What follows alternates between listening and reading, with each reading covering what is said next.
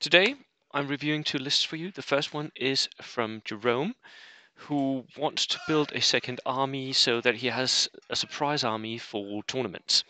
Um, and he's going with the KNIL, the Dutch army of the Far East. So, and I think this is a very, very clever little idea because it's not actually a bad army and it's got some very interesting choices. The national special rules are not overpowered in any sense of the word, but I mean, I have a soft spot in my heart for the Dutch, I think, and especially since I've reviewed miniatures for this KNIL here on the channel as well. I think, yeah, I sort of like the idea. So let's go and see what he's building, shall we? KNIL. So here we go. Wow, 23 order dies at 995 points. You really should find a use for those last 5 points. Some machine guns on something. A second lieutenant, inexperienced, yes, paying a tax. Indonesian infantry, shirkers. Pistol armed shirkers, love it. Love it. That unit is very dangerous in close combat. They're actually shirker close combat units. And look at that, they're full strength, so they're also really good outflankers. Love these Indonesian shirkers. Love them. Love them, love them, love them. And I would actually outflank like at least 2 of them, I think. I don't know that they're worth it like spamming like this. They are interesting units though. They really are. Also interesting to build and paint, right? Because Indonesian infantry and like, yeah. Inexperienced medium mortar, I would paint this up, make it up as if it was native Indonesians as well, I think. A sniper team, double howitzers, severely outdated. What does that mean? Severely outdated. I'm gonna have to look in the. I don't know that rule. Isn't it here? It's not here. Oh man! Oh, that sucks. Someone tell me in the comments what does severely outdated do? Right. But I mean, double howitzers is always good, isn't it? It really is, and it's a medium howitzer as well. Yeah, love them, love them, love them, love them. Spotter for one. Marmont Harrington. These are also very, very good because you got so many machine guns. Or a Daka tank for 80 points, basically. 15 shots. Really dangerous. Of course, not dangerous to tanks, but hey. I've seen Marmon Harrington, like full tank platoons of Marmon Harringtons, so you can go that route. Utility trucks. Yep. These are cars, light utility cars, so 3 men. Don't really see what you want to put in these, but okay. It is a little bit MSU, this, and they're regular. What are you putting in these? Nothing of this, I can tell you that much. A light truck? What? Why? I don't get this transport section here. Second platoon. Another Dutch platoon here. Inexperienced lieutenant, again, spamming infantry. Spamming infantry, spamming infantry. That is a lot of bodies. It's a horde and a half, and all of them can outflank. It's really cool. Again, mortar, medium howitzer. So that's the third howitzer. It's HE plus a horde of infantry. And I mean, you can't really get too close to all this infantry because they can fight in close combat. They're tough fighters. They've got 6 tough fighters in each unit. Yeah, they're going to have to roll to charge you, but that will happen. And then another Marmon Harrington. I really like this platoon. Jerome, that is a very good platoon. This should be able to do a lot of surprise effect, because what are the enemy going to do if they move up? You charge them. If they don't move up, they sit back. You're going to absolutely destroy them. You have so much HE in this list, combined with all the Daka of the Marmon Harringtons. Your main weakness is that against armor, you're going to struggle. So if the enemy brings like even medium tanks, that's going to, yeah, you're not going to do that.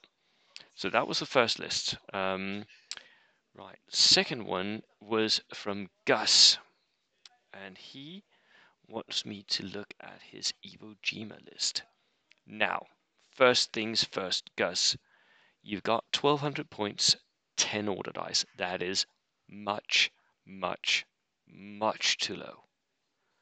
You should be at almost twice that. Otherwise, you're going to, it's anemic. You're going to struggle with getting the order dice when you want them. That's just going to happen every single time. First lieutenant, and this is the first problem. When you're buying theater selectors, some of them will force you to buy certain types of units. If this is the case for this one, then it's a bad choice. First lieutenant, veteran, with an extra man, 103 points. You can buy 10 regular dudes for that. Way more survivable, much more dangerous. Not worth it at all. Veteran US Marines, though, they can be worth it. They can definitely be worth it. And with 3 BARs, this unit is very dangerous. It's got a lot of submachine guns. I don't agree with putting submachine guns on Americans, but it is very dangerous. Submachine guns, for me, belong on other armies. Americans have rifles, which they get bonuses for using. Use them. And the price here is over the top.